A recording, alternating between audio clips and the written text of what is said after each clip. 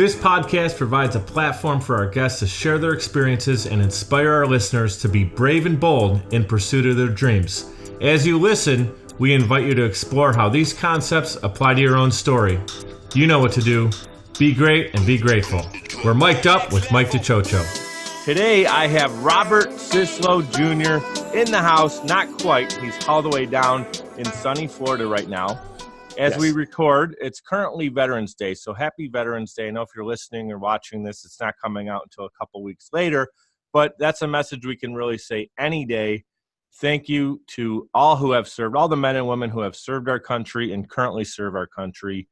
So much love for what you do, and you're allowing Robert and I to have this conversation today through our freedoms to be able to do this. So thank you to anyone listening right now or watching this who has served our beautiful country. Thank you to Robert Syslo Jr. for joining us. I'm going to share a quick story about how this all came together. Robert, thanks for being here, man. Wonderful to be here. Special thank you to our veterans for helping us today as well. And yeah, I'm super stoked. I love doing podcasts. I love talking to people, sharing my viewpoints, and looking forward to helping some people today. This is awesome. So I've been following you over the last couple of years, as we talked about off camera. We had a few conversations when I was in the insurance industry and you were doing video. And so I want to, anyone who doesn't know who Robert is, I'm going to share his resume. It is a little long-winded, but deservingly so. He's been hustling really hard over the last 5 to 7 years, if not longer, to get to where he is today. He has a tremendous story of overcoming adversity, and that is the number one reason, Robert, why I wanted you on the show, is because your story can inspire people, all walks of life, all professions, any level of success. Your story is very powerful. And again, so thank you for being here. Of course. Thank you, man. Robert was born and raised in Lakewood, New Jersey, and he always had a profound love for adventure. He was working with his father as an electrician and engineer, and Robert learned from a very young age what the word work meant. He always was being interested, and he developed an interest in cameras at a very young age. Since 8 years old, cameras, photography, aesthetics, that's what interested him. You go fast forward 23 years from that point, and he now runs 2 successful companies. The first is a media production company called Syslo Ventures, LLC, which specializes in media production, digital video, web design, and graphic design. The second business, which is really cool, and he's going to share, is called Interview Blueprint. It's an online digital training course for anyone struggling to get a job. Having worked around entrepreneurs for his previous 6 years, Robert decided it was time to develop his own company and help people the way he has always aspired to do.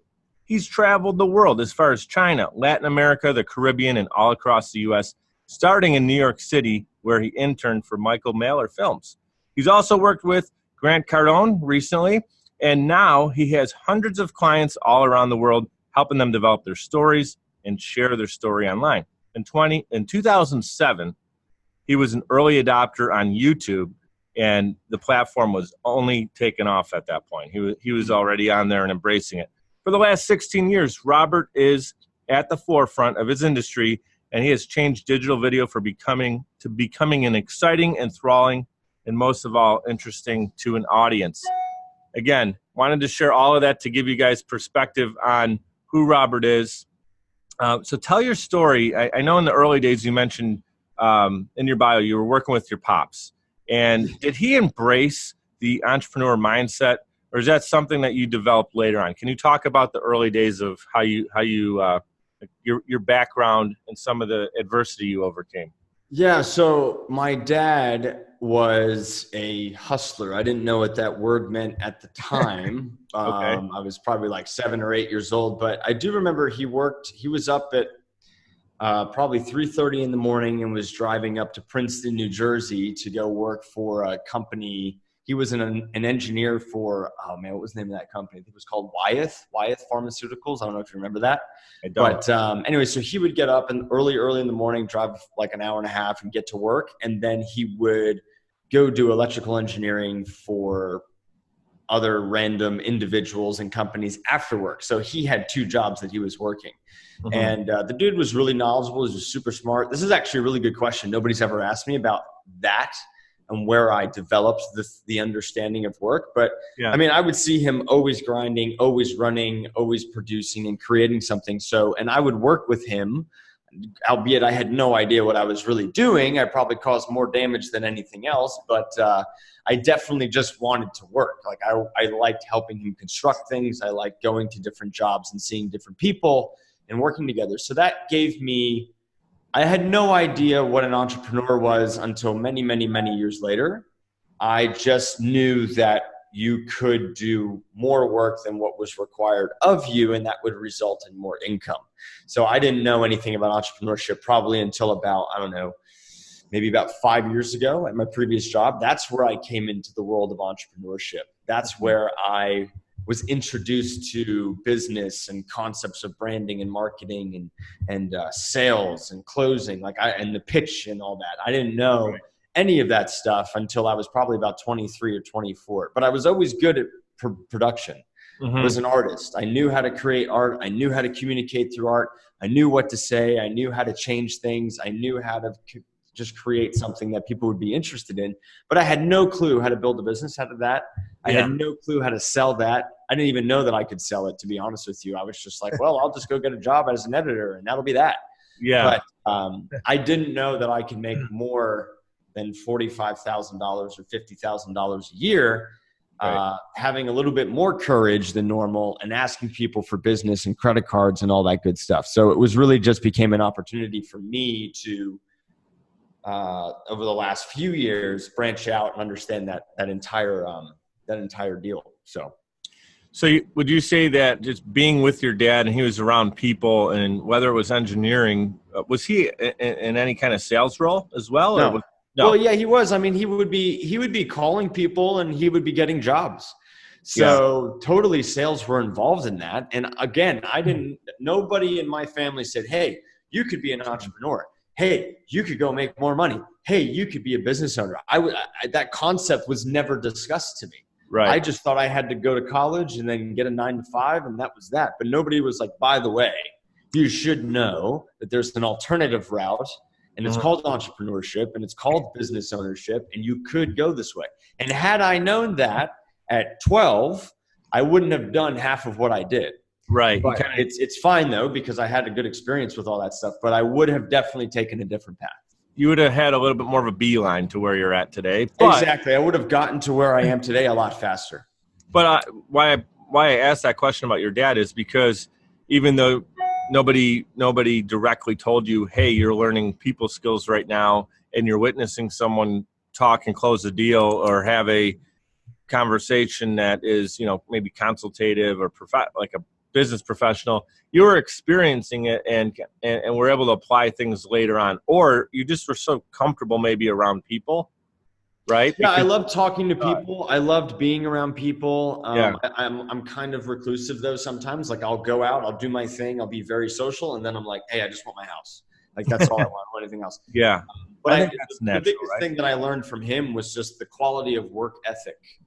I mean, the guy would just go and go and go and go and go and go. And I'm like, whoa. And then, so I got inspired to do that. So everything that I do, I can just go, go, go. Even as a employee, I would stay till 1, 2 o'clock in the morning, even if I wasn't getting paid, just because I liked the work and I knew that would pay back something later on, which it always does. Right. But I love to create and produce.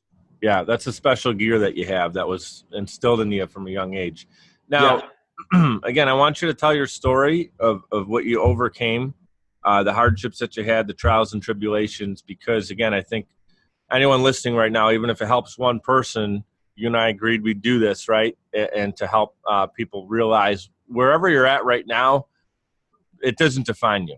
It's the next actions you take. We could, the stories and what you learn from it is what can really help you get to where you want to go. So talk about that. What was that like growing up, and what were some of the things that you were dealing with that were holding you back? Well, so I grew up in a family that struggled with, alcoholism, and they just didn't have the information on that. We struggled with, verbal abuse and some physical abuse and just things that were not very clear. to other individuals or to people that, you know, they just didn't have the information. And so what that created was a huge sense of uncertainty, a huge lacking of confidence, the inability to create a stable foundation for me to launch from. So I was thrust into the world. I left home at about 18 years old, and I was thrust into this world of like, I had no idea how to communicate to people, even though I watched somebody communicate. I knew I wanted to communicate, but I didn't know quite how to do it. I didn't know how to go make money. I just knew that I needed to get away from the situations that I found myself in. And that's about all I had in front of me. So this was 18, 19, 20. And I kept getting involved in these, you know, dramatic, horrible, horrific situations that we don't have to go into all the details of them, but it basically landed me completely homeless in Los Angeles at about the age of 23. So from 18 to 23 was so tumultuous in my life that I had so much emotional distress, emotional confusion. I mean, I had panic attacks at any given moment, any day. I had anxiety every second of the day. I couldn't think straight. I couldn't work. I couldn't do anything because I just was so completely emotionally destroyed, which was my responsibility, which was a hard pill to swallow a few years after that, because I realized, well, I allowed these situations to happen. I entertained these people for too long. I thought that I could fix these situations without actually observing what was in front of me, and the thought that like, hey, you can't really do much with that. Like, you know, I didn't understand the power of observing what somebody was actually doing versus what they were saying. Yeah. And that caused me considerable amounts of pain. It caused me considerable amounts of distress. And I lost probably 4 years of my time just because I followed the wrong path. So ended up homeless, went to the Caribbean, did this thing down there, ended up homeless again down there, couldn't get back to the United States. I was knocking on doors. I was in Trinidad and Tobago. And I was down there. I got fired because I wasn't getting paid anything. And they found out that I was looking at other jobs. So they fired me. And so I started knocking on all these companies' doors in the central city of Trinidad. And people were like, what are you doing? You're American. You should be fine. Like, what's going on? So long story short, linked up with a guy, got sent to Miami, did some work. And then that was when I started to really produce. I started to kind of get grounded. I said, enough is enough. It's been 3 years, 4 years of this insanity. I need to take control of all this stuff. And then that's where I got my previous employment opportunity, where I started making 45 grand a year, and I left somewhere around 350 a year. And now I have my own company living on the ocean, which is right there. That is quite the timeline. First of all, cheers to your success, brother. Thanks, man. I'll have a sip of water for that. Yeah, there you go. I love following what you're doing. The day I asked you to do this podcast, for anyone listening, Robert was actually my first ask when I decided, you know what, I am going to do this. And I said yes. And he said yes within a minute. Thanks, amigo, was his actual response, or yes, amigo. And here we are. And I saw a post that he had on Facebook that inspired me. He was talking to a group of middle school and high school students. And I could just tell he was in his element. He was in his zone. And it felt so good to see that post, because prior to it, I'd say a month or two ago, I saw Robert's post about being homeless for 4 years at age 23, having that loss of family connections and kind of running from a bad situation, which put him into, you can almost argue, a worse situation for a while. How do you end up in the Caribbean, though? I mean, when did you decide? So you're in LA. First of all, I just want to kind of connect some dots, and then we'll move forward. But so where you grew up in New Jersey, did you pursue? Were you going out to LA to pursue a career in film, and then that's when you became homeless, which is not it wasn't that immediate. So I went New Jersey, and then I got an internship in New York City right out of high school with a film production company. So I was commuting from South Jersey to New York City by myself at like 17. Then I had a situation where I was asked to move to New Mexico, because at that time in 2008, the tax incentives for the film industry were so huge. So I moved out there because the film industry was happening in large. And then I couldn't get into it. And that's where my bio comes into play, because I was just struggling to get inside the film industry. And then YouTube came along, and companies were looking for filmmakers to go out and film businesses and film stories about these people. And so I said, okay, I could do that. So I got hired, and that's how I actually got started in the advertising and marketing industry. Was I would go to different companies, and NBC Universal hired me. I was like traveling around New Mexico to all these travel destinations and resort destinations, and then that happened. Wow. Okay. And I was dating this girl, went to Los Angeles, and she was up in San Francisco, and we were like going like this, and it just turned into a complete, messed up situation where I had to get out. Yeah. And how I ended up in the Caribbean was I was actually reaching out to domestic violence shelters because I didn't realize that what I had gone through was actually domestic violence. And so that At a young age, you're saying, or was that with your relationship at that time? Well, what was being done to me was considered domestic violence and domestic abuse. And so I was trying to just get help because I was totally a mess. And there's no resources for men out there on that. And that is like a pain. So I found this one resource. I didn't know they were in the Caribbean. And they were like, well, why don't you come down here and you can do some work with us, get you out of that environment, which is what I did. So I bought a one-way ticket, sold everything, including my car, for like $300. And then boom, that's how I wound up there. And then it just kept life just kept going in this direction. And it didn't get any better until I started to say that's enough. And I had to physically take control back. I was reaching for people to help me when I should have just been like, I need to do this myself.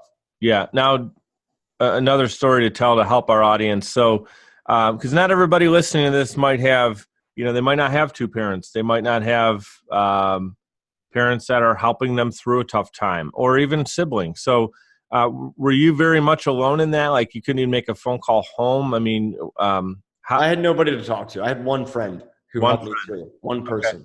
Are you reconnected now with your family?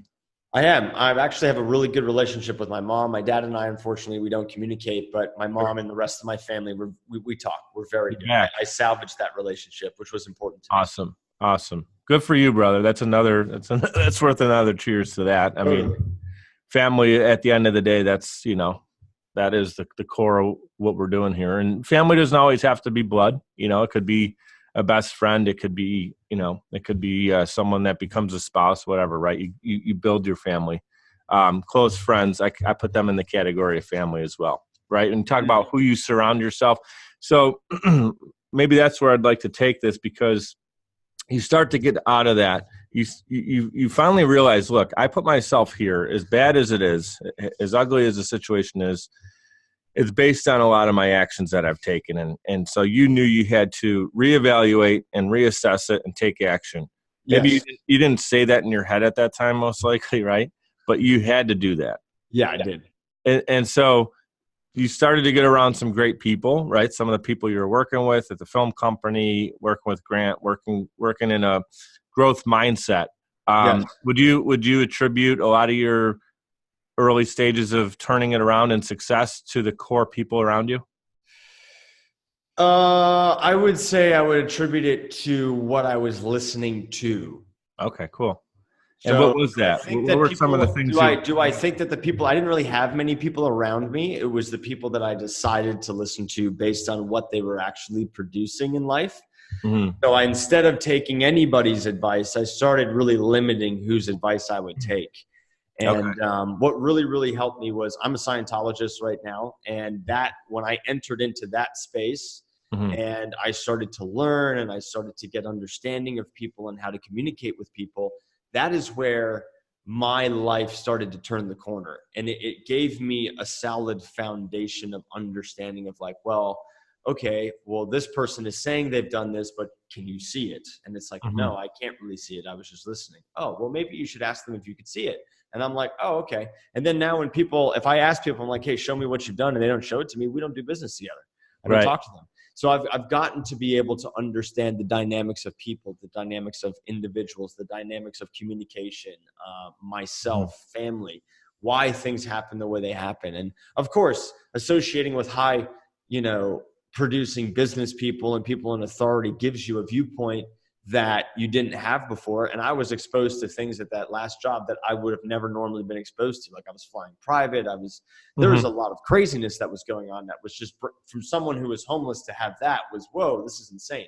And to learn how to increase your income and how to do sales and how to do business and how to do marketing and promotion, it was huge. But I really attribute, that turnaround from finding information that was truthful, finding information that was immediately applicable and something that could never be changed. Like it was just, hey, this is X, this is Y. This is what happens. When you apply this, you get this. When you say this, this is what happens. And so that's where my mindset shifted. It was just listening to information that was correct and not altered. That was your ammunition. And I can say, I can relate to that. A lot of the books I started reading over the last few years that have helped me with my mindset shift are from people who have a little bit of a crash and burn story early on, took action. Now they're at a high level of success, whatever that might be. It doesn't always have to be money, but a lot of times that comes with it. And that's what inspires me. Hearing someone like you who was gone from homeless to $350K in a year plus two companies, two businesses. And, I see pictures of you answering the phone, walking on the sand, right? You got a beautiful, is it a house or apartment you're in right now with a beautiful view? Right now, I'm in a condo in Sunny Isles Beach, Florida. So I see the ocean crashing right now. It's quite beautiful. And if I look out here, I'm in the man cave, so I barely have a window view here, but it's snowing in Buffalo right now. So put that into perspective. I know, right? So I want to continue rolling here, and I appreciate you sharing. I know it's difficult to bring up a lot of those conversations, but does it feel good now to say, you know what, I took it, I turned it into a ball of clay, I did what I needed to do, and I'm out of that? Does it just feel good to kind of like shed your skin of it?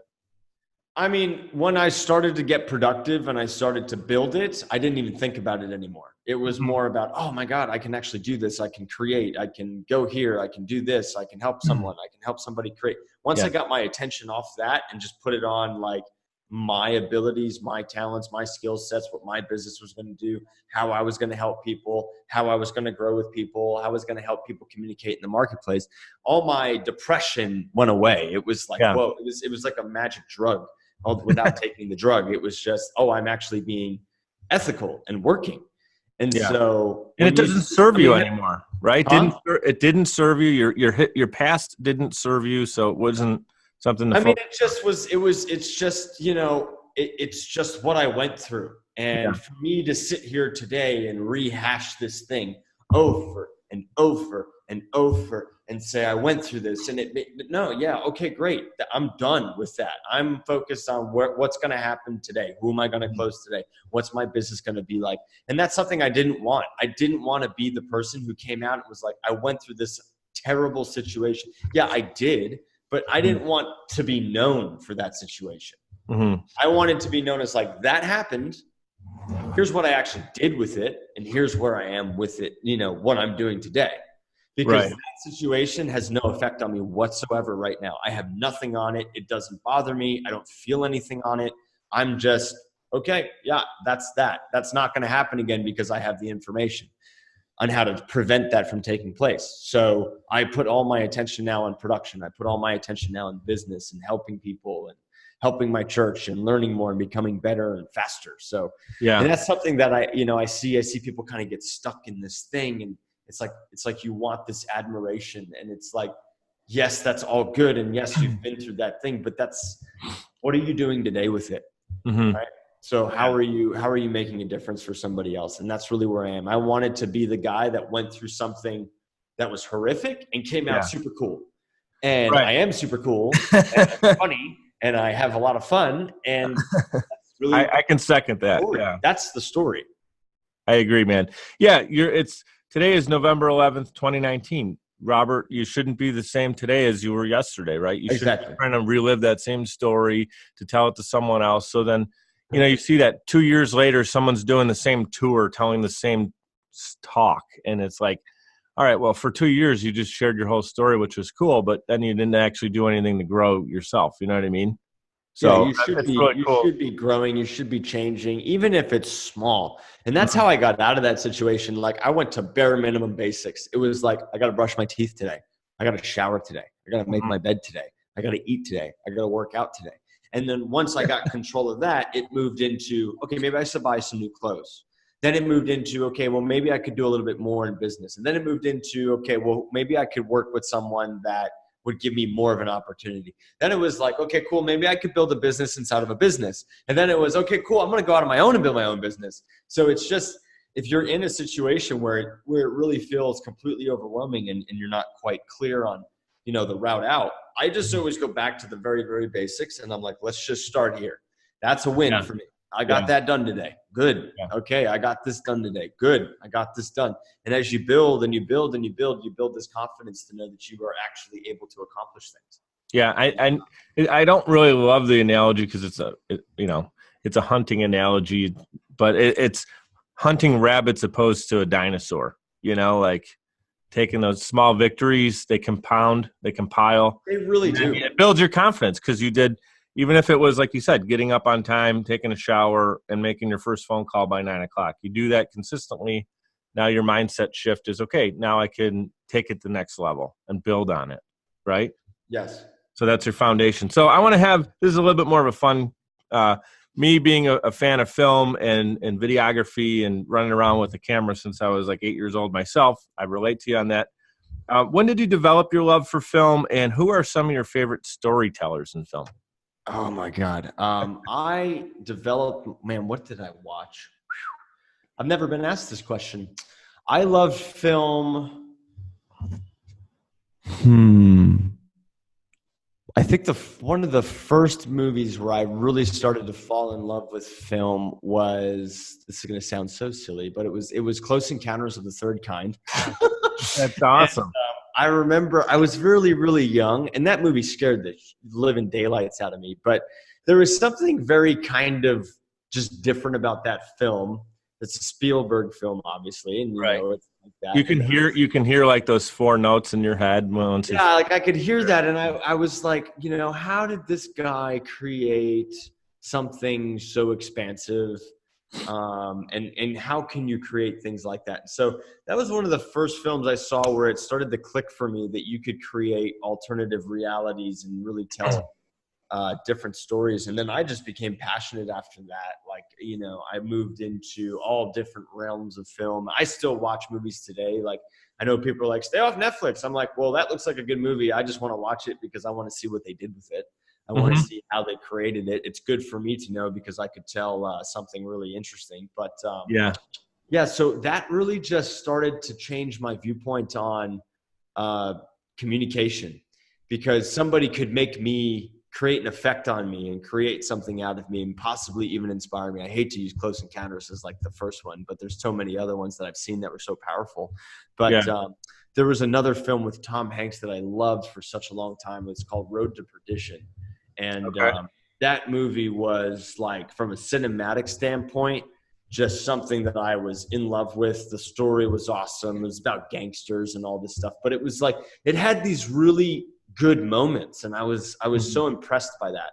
And so what I wanted to do, where I got inspired for a lot of my film, actually came from video games. And I don't really tell a lot of people that, but when you're growing up in a crazy house, you find things to do that kind of takes you away from everything. And so you would be immersed in these environments, in these worlds. And I was like, wow, this is amazing. So how can I translate this to marketing? How can I translate this to advertising? And that's where I became really excited about possibilities. So I use everything for inspiration. It's not, I went to film school, which I did, but I dropped out. I was like, can we go make a film already? Like, why do I have to read about 1920s German film? I want to go in what's applicable today. Not that there's nothing wrong with 1920s or 1910 or whatever German filmography, but Jude, like, let's go out and make something.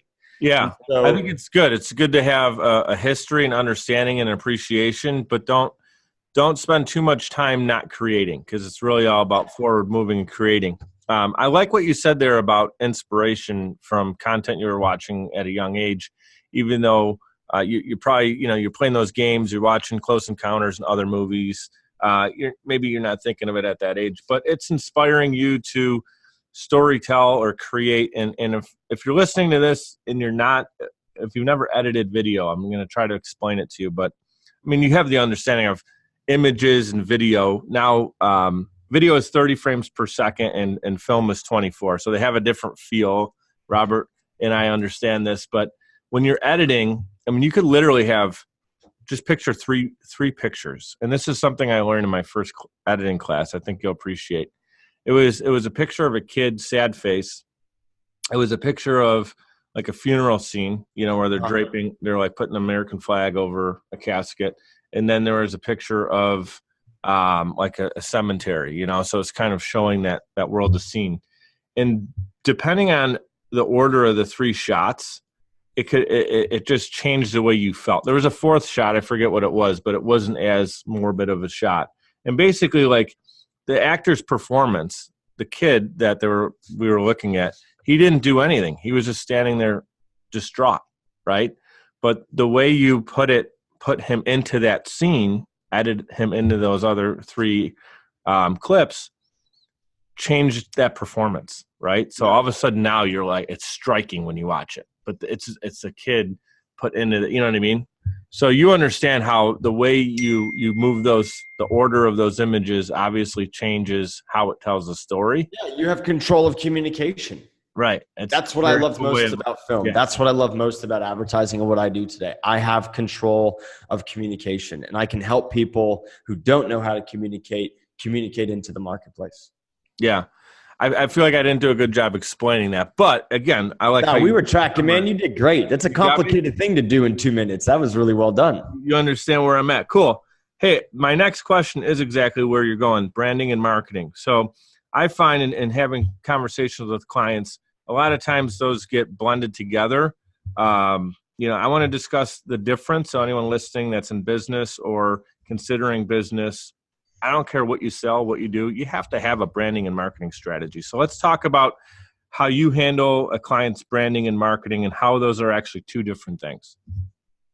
Yeah. So branding is actually the identity to me. Like it's who I'm looking at. What message do they stand for? Who is this person? What value do they bring? I mean, it's the look, it's the feel, it's everything connected with that individual or company. And then the actual marketing is taking that and putting it out here and getting people to see it. That's branding and marketing. That's all it is. Yeah. I don't complicate it any more than that. The last thing you want to do is shoot this awesome video and then just hand it to a client so they put it on page 19 of their website. Yeah, stupid. That makes sense. So branding is this kind of the storytelling of it, why you do what you do, why someone should choose you. Marketing is putting it in the place to be a successful campaign and produce an ROI. Yeah. So thank you for sharing that. And, I've told that story many times, draw a line on the page, branding, marketing. Yeah. There you go. How different. So kind of hopping around here, I'm calling 2020 the year of clarity because I'm very punny, of course.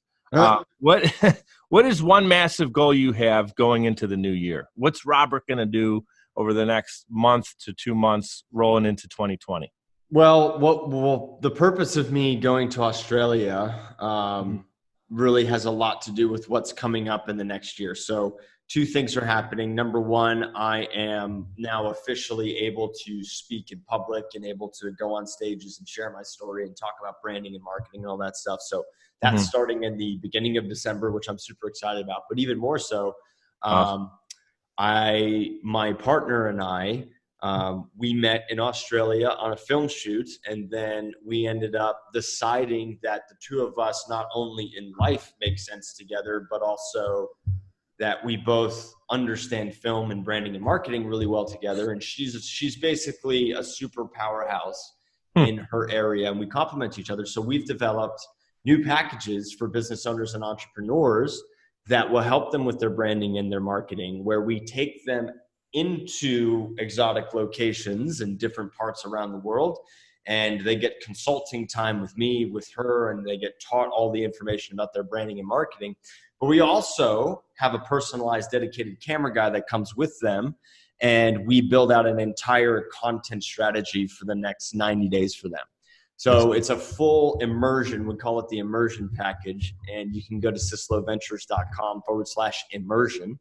And you can see it's by application only. And our focus on that is really because I love to travel. And when I go out into different countries, I attract a lot of attention. And so we figured out how to monetize that and help other business owners and brands do the exact same thing. So take them out of their normal routine, give them high quality content while all the while giving them something that hasn't been done before and very unique. So that's happening now. That's happening 2 months from now. That's happening 3 months from now. And then in addition to that, I've also been able to link up with one of the top premier media agencies in China. And this is by the guy who founded Entertainment Television. And we are taking high quality, high profile business entrepreneurs and placing them into Chinese social networks and television and basically helping them set up their companies over there from the US. So those are the two big boys that I'm playing with right now. I wanted to do something really different than what traditional marketing is and what traditional branding is. And so we've taken those concepts and just made them on a global scale.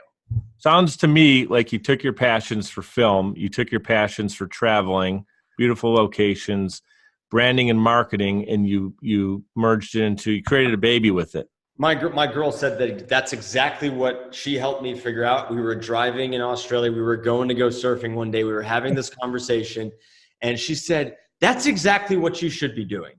And I was like, oh yeah, because I've been doing the advertising marketing thing for so long and the branding and the promotion and all that stuff, but I was missing that little piece. Like I loved hanging out of the helicopters. I loved doing all that craziness, but I wasn't doing that. It was very much grounded in one spot. And so it's just blown up from there. Super exciting. That's awesome. I'm gonna follow to see where you're going with that and how that business starts to take shape out in China. See what you guys are doing, right? Yeah. So talking about that, traveling a lot for both business and pleasure, on these beautiful beaches, Queensland, Australia recently, right? So I know there's no perfect solution for work-life balance. You hear people try to talk about that. It's a tough topic. What's your mindset? How do you have a balanced life? You have your partner now that obviously you're working on the business with, but you also want to have some downtime to enjoy life because that's why you're grinding to enjoy it. How do you balance that?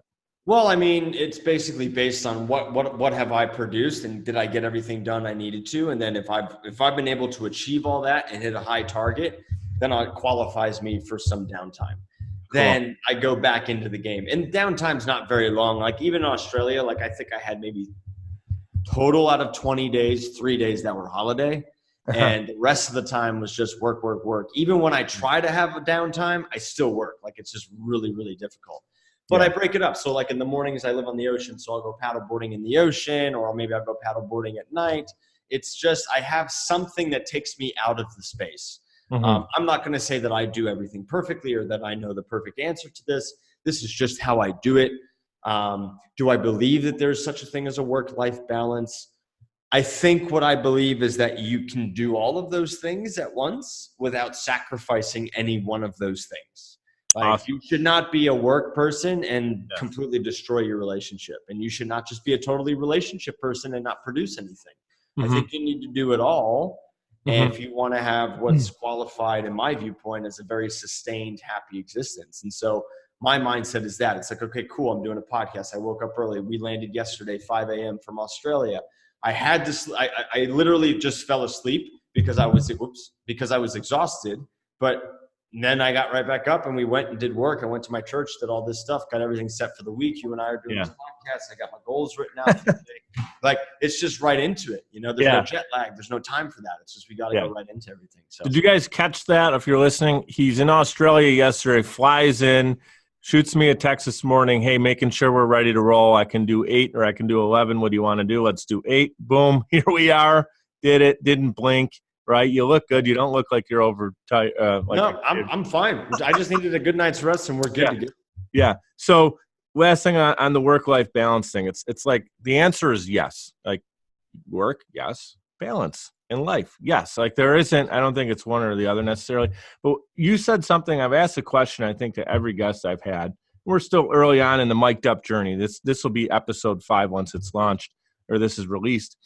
You're the first person to mention that you set up almost like a goal for yourself. Like, hey, if I produce this content, if I hit these deadlines, if I make my goals, check 1, 2, 3, then out of my 20 days, I'll get 3 I can enjoy. If we're behind schedule, I'm not going to get to relax, right? I'm not going to get to kick my feet up.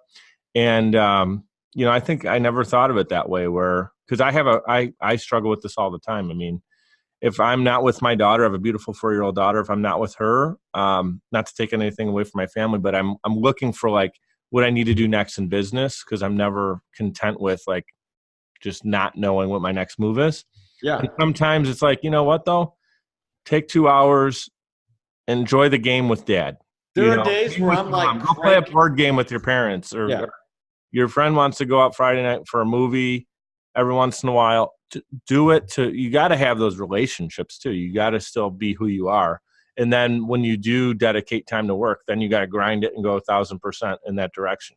Yeah, I mean, there'll be days here where like I'll give you an example. About a month ago, we had the hurricane come through, and right before the hurricane, we had really amazing waves come through. And I was working. It was 2:00 in the afternoon. I'm like, I'm going surfing for an hour because I'm just like totally like I'm beating up against the wall. I went in exactly 1 hour, came back, and I was twice as productive as I was before. Awesome. So if you were to give one message to our audience, something we didn't talk about yet, leaving them inspired to be brave and bold in pursuit of their dreams, what would it be? It would be, number one, never hesitate on what you know you should do. If you've been thinking about making a decision on something, the biggest mistake I made was I waited too long and I didn't do what I knew I needed to do sooner. And I started resenting people for it. And what I should have just been like is, I'm going to go do this. I don't care what you think. It's my life. I have to get this done. And not like it, not being like, obnoxious about that, but very much like, hey, I need to go do this for me. Mm-hmm. I don't know if I'm going to make it. I might fall on my face. I don't care if that's your viewpoint of me, but I need to go do it for myself. And so really just getting super clear on this is the decision I need to make and not adding any time to that decision is paramount, whatever that is. If you want to go be a champion surfer, if you want to go start a business, if you want to go on a diet, whatever that is, if you add time to it, it's not going to happen. And you're also going to feel like garbage because you know you should have done it and you didn't do it. So doubt sets in, second guessing yourself sets in, influences from outside like family. Be really careful who you're getting your information from. Right. Like that's like priority. Like if someone tells you, Robert, hey man, I don't know if you should. And it's confusing. Even people that are really, really successful say things that are confusing. And you're like, that does not make sense. And you go to apply it. It might have worked for that person, but maybe it's not going to work for you. Mm-hmm. And you'll beat your head against the wall trying to sort out, hey man, why is this not working? And you find out that information is actually altered information. That's not correct. And so my second piece, aside from the hesitation. Awesome. Fact check 110% with absolute certainty. Information that you take in. So if somebody says to you, well, you should do X, you should find out all the reasons connected to why they said X and what product did they get from how they achieved that product. And if it lines up and it looks good and it makes sense and it's ethical, good. But if somebody's just saying something because they have a thought or because they have a viewpoint or because they don't want other people to come into their space or whatever, it could be somebody that's down here or it could be somebody that's super uber successful. You got to fact check. Yeah. Especially nowadays. I mean, it takes 5 seconds to get a message out that can alter you in the right direction or the wrong direction. And so if you're not fact checking, I mean, anybody, the internet's a beautiful thing. Social media could be a beautiful tool, but there's many reasons that it can actually derail someone. And that could be one of them, where you're just getting poor information. Someone's trying to sell you their $7 program, and it might sound and look really good. And I'm not trying to discourage people from doing that. If you fact check it and it's legitimate and it's actually what you can benefit from, right? It has, at its core, it's a good thing. Go for it, right? Exactly. Very awesome. So don't hesitate, fact check, right? And again, take Robert's story and use that as your personal inspiration to be brave and bold, because that's what he did. I mean, he moved out from Jersey, went to New York, out to LA, fell flat on his face a couple times, right? Ends up in New Mexico, has kind of an opportunity out there working in marketing, not quite sure, wasn't really what his heart was set on. And took a few years, 4 years of getting out of that. But you know what? That didn't define you. What you did after that defines you today. And you're still looking to, like we said, reshape every day, take the natural skills that the universe gave you and do good with it. Right? Exactly. Yeah. Any last words you'd like to say before we wrap up? No, man, just thank you so much for having me on. I love anybody that's here. I would just tell you that I'm not going to do the typical motivation thing, but I'll just tell you that if you get super clear on where you're trying to go, if you listen to the right people, if you spend time on yourself and make the sacrifices and, not go out and party and focus more on your own personal development, you will get exactly what you want to have. It will happen. I didn't believe it would happen. I was walking last night with my girl. We were on the beach and I looked up and I'm in this big condo on the ocean. And I'm like, I can't believe that I even am here. Yeah. So if I could do it, if other people can do it, you can do it, but do it in your way. Don't try to become like somebody else. Be 100% authentic you. Yeah, man. I wanted to celebrate that and cheers again to what you're doing. And I can tell it's in your heart. Love to see that, brother. So again, how can we tune in to your latest business ventures, your website? Yeah, just go to sysloventures.com /immersion and you'll find the new package that we have built. It's by application only. And then you can also follow me on Instagram and social media at Robert Syslo Jr. And I respond, as Mike can verify, instantaneously when people message me. Yeah. So if you have any questions, just reach out and I'll talk to you.